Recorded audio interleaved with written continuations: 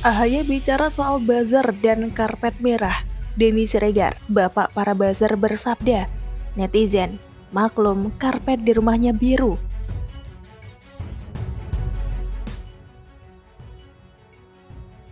Jika kita makin sering melihat atau membaca berbagai macam kritik yang dilontarkan oleh para kader dan petinggi Partai Demokrat, maka sesungguhnya itu hanyalah akal-akalan mereka untuk tetap eksis di dunia politik tanah air. Apapun diolah untuk dijadikan kritik. Bukan hanya kader partai, bahkan istri AHY, Anissa Pohan pun ikut-ikutan melontarkan kritik. Dan baru-baru ini AHY melontarkan statement yang bikin seorang Denny Siregar turun tangan. Melansir dari laman terkini, pegiat media sosial Denny Siregar menanggapi Ketua Umum Partai Demokrat Agus Harimurti Yudhoyono atau AHY yang menyebut buzzer menjadi profesi baru yang kerjaannya menyebar fitnah. Denny Siregar menyindir bahwa AHY merupakan bapak para buzzer yang sedang berbicara soal buzzer.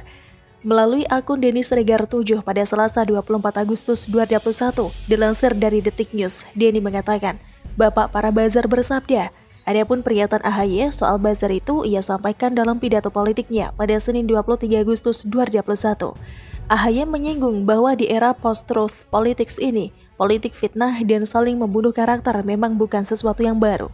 Kata Denny, di era yang semakin digital ini, post-truth politik sangat mudah untuk diorkestrasi secara membabi buta. AHY menilai bahwa hoax, black campaign, hate speech, dan berbagai format disinformasi lainnya seolah menjadi norma baru dalam kehidupan demokrasi kita saat ini. Ia menilai hal ini mengerikan sebab siapapun sangat mudah menjadi korban fitnah dan tanpa daya untuk mengklarifikasinya. Terlebih, lanjut AHY, kebohongan yang berulang-ulang cepat atau lambat akan menjadi kebenaran baru. Padahal, ia menilai bahwa kecanggihan teknologi informasi dan komunikasi, serta penetrasi media sosial yang semakin luas, seharusnya diikuti dengan kesadaran untuk menggunakannya secara lebih hati-hati dan bertanggung jawab. Kata AHY, kenyataannya justru sekarang ada profesi baru, yaitu pasukan buzzer yang memang kerjaannya adalah memproduksi dan menyebar fitnah dan kebohongan. AHY juga menambahkan, termasuk menghabisi karakter seseorang atau suatu kelompok yang dianggap berbeda sikap dan pandangan dalam situasi seperti ini. Di sisi lain, Ketua Umum Partai Demokrat Agus Harimurti Yudhoyono atau AHY melansir dari laman Warta Ekonomi, memperingatkan anak muda tidak boleh dimanja.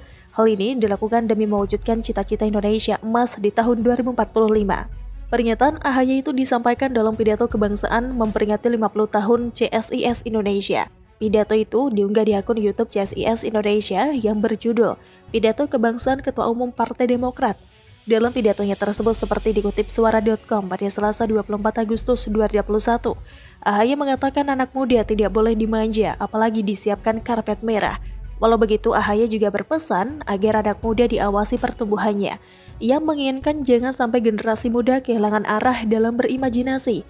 AHY juga berpesan, jangan pula biarkan mereka tumbuh dan berimajinasi tanpa arah. Menurutnya, generasi muda sudah seharusnya pantang menyerah demi membawa Indonesia menjadi negara maju pada 2045 mendatang. Ia turut berpesan agar pemimpin tidak membungkam suara generasi muda. Kata AHY, muda itu berarti pantang menyerah dan tidak takut gagal. Karena dalam setiap kegagalan ada pelajaran untuk bangkit, serta ada peluang untuk menang. Bukan dilecehkan, dibungkam, apalagi dimatikan jalannya. Namun pidato AHY itu mendapatkan kritikan tajam dari politikus PSI, Samara Amani. Ia menyentil mengenai status privilege AHY. Melalui akun Twitternya, Samara menegur sudah seharusnya orang yang memiliki privilege tidak bicara mengada-ngada. Ia bahkan meminta orang dengan status privilege untuk mengakui hak istimewa mereka. Kata Samara, sudah waktunya orang yang punya privilege mengakui kalau mereka itu punya privilege, dibandingkan mengelak dan bicara ada-ada. Normalize admitting you privilege. Samara mengingatkan, banyak anak muda di Indonesia yang harus berjuang keras sejak kecil. Salah satunya adalah harus bersekolah sambil bekerja demi menggapai cita-cita. Di sini, Denny Siregar juga turut menanggapi pernyataan Ketua Umum Partai Demokrat AHY atau Agus Harimurti Yudhoyono yang menyebutkan bahwa anak muda tidak boleh dimanja. Menurut AHY, jangan sampai anak muda diberikan sesuatu pun juga dimanja. Apalagi kata anak SBY ini, anak muda disiapkan karpet merah. Tentunya hal itu membuat perhatian dari Denny Siregar. Denny Siregar menyindir soal kehidupan anak Presiden ke-6 Indonesia itu, yakni AHY, yang menurutnya serba ada sejak kecil. Melalui akun Twitternya, Denny mengatakan, iyalah, karpet doi sejak kecil warnanya biru, dari Bludru. dikawal banyak pembantu, apapun yang diminta pasti tersedia. Kata Denny juga, manja sih enggak, cuma semua sudah ada, gitu aja.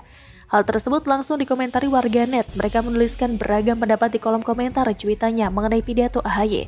Kata salah satu warganet, ya mungkin beliau gak tahu karena karpet di rumah biru semua. Kata warganet yang lain, kalau saya kecil dulu karpet merah untuk kelas tidur karena di lantai dingin. Warganet yang lain juga ikut menanggapi, anak muda yang notabene anak orang kaya rata-rata berangkat sekolah, ada yang antar jemput. Pergaulan pun terbatas, banyak orang tua yang menempatkan anaknya pada posisi penting di perusahaan. Bagaimana menurut Anda?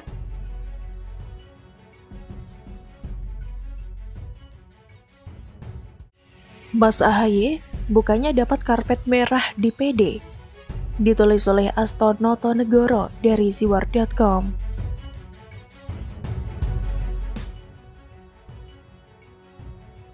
Lagi-lagi Pangeran Cekias melontarkan pernyataan yang menimbulkan pertanyaan dalam logika masyarakat.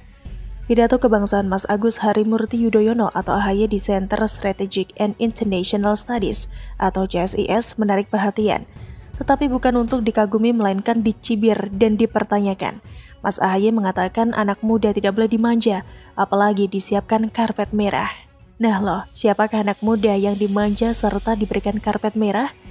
Pidato kebangsaan itu mendapatkan respon beragam, namun kebanyakan yang menyindir balik Mas AHY ketimbang yang memuji. Bahkan di media dan media sosial atau medsos terjadi perang argumen antara para pendukung pidato kebangsaan Mas AHY dengan mereka yang kontra. Salah satunya antara Mas AHY CS dengan politisi muda Partai Solidaritas Indonesia atau PSI, Kakak Samara Amani. Pernyataan soal manja dan karpet merah yang dilontarkan dalam pidato kebangsaan disertakan dengan pernyataan bahwa banyak anak muda yang tidak tahu sama sekali apa itu karpet merah. Kakak Samara mengatakan banyak anak muda yang harus bekerja keras, kuliah sambil kerja paruh waktu untuk membantu meringankan beban orang tuanya. Mereka itu tidak tahu apa itu karpet merah. Sependapat dengan kakak, hari ini pun masih banyak anak muda yang tengah berusaha dan berupaya untuk menjadi orang hebat. Para aktivis mahasiswa, akademisi, dan anggota organisasi yang sedang merintis karir dari bawah. Bukan ujuk-ujuk langsung bisa dapat tiket dan dijadikan calon gubernur saat baru bergabung ke dalam partai politik atau parpol. Kalah dari perhelatan perebutan kursi gubernur malah jadi ketua umum parpol. Apakah itu masuk sebagai kategori dimanjakan dan diberikan karpet merah atau tidak? Teringat pada sebuah cerita. Di Jepang, konon katanya ahli waris sebuah perusahaan kecil maupun besar wajib merintis karir dari bawah. Bahkan sebagian dari mereka memulai karir sebagai tukang bersih-bersih atau bahasa kerennya cleaning service. Tujuannya adalah agar si ahli waris memahami seluk-beluk perusahaan yang akan dipimpinnya dan mendapatkan pengalaman yang berarti bagi dirinya saat memimpin di kemudian hari. Mungkin itu yang menjadi salah satu kunci perusahaan Jepang mampu bertahan lama dan melewati sederet krisis yang terjadi. Kembali ke karpet merah, pemimpin yang diciptakan secara instan dan tidak melewati proses panjang akan berbeda dalam menghadapi masalah yang melanda. Mereka yang dimanja serta diberikan karpet merah cenderung mencari pembenaran saat berhadapan dengan masalah, bukan memikirkan solusi terbaik untuk keluar dari masalah itu. Mereka malah cenderung mencurigai dan menyalahkan orang lain atas masalah yang dialami.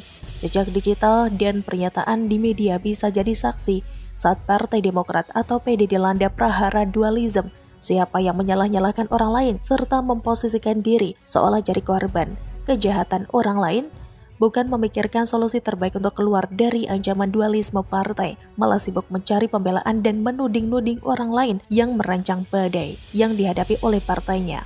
Bukan menuding, tetapi jejak digital dan fakta berkata demikian. Seandainya Mas AHY memulai karir di partai dari jabatan yang paling bawah dan mampu merangkul semua kader, pastilah akan bersikap berbeda dalam menghadapi prahara yang melanda PD. Namun sayangnya bisa dibilang Mas AHY dapat karpet merah di partai, belum sampai 1 dekade dirinya bisa langsung menduduki posisi ketua umum. Ya sah-sah saja, PD kan milik keluarganya, bukan milik rakyat. Sebenarnya ada satu jalan untuk menempa Mas AHY untuk menjadi pemimpin hebat dan berkelas mengikuti jejak Pepo, Opung LBP, Om Muldoko, dan sederet nama tokoh lainnya yang mampu menjadi pemimpin-pemimpin handal di era Indonesia modern, yaitu karir dalam dunia militer yang ditinggalkannya. Banyak yang menyayangkan mengapa Mas AHY keluar dari Tentara Nasional Indonesia atau TNI sebelum benar-benar menjadi seorang purnawirawan atau menyelesaikan tugas sebagai prajurit. Kalau boleh sedikit lebay, itu bisa saja dicap sebagai pengkhianatan mundur saat masa tugas belum berakhir. Jikalau saja Mas Ahaye bersabar sampai pensiun, mungkin saat berpidato soal karpet merah cibirannya tidak akan sebanyak sekarang. Saat anak muda lain bermimpi masuk Akmil atau akademi kedinasan lainnya. Loh, kok Mas Ahaye malah meninggalkan pangkat perwira menengah untuk terjun ke dunia politik?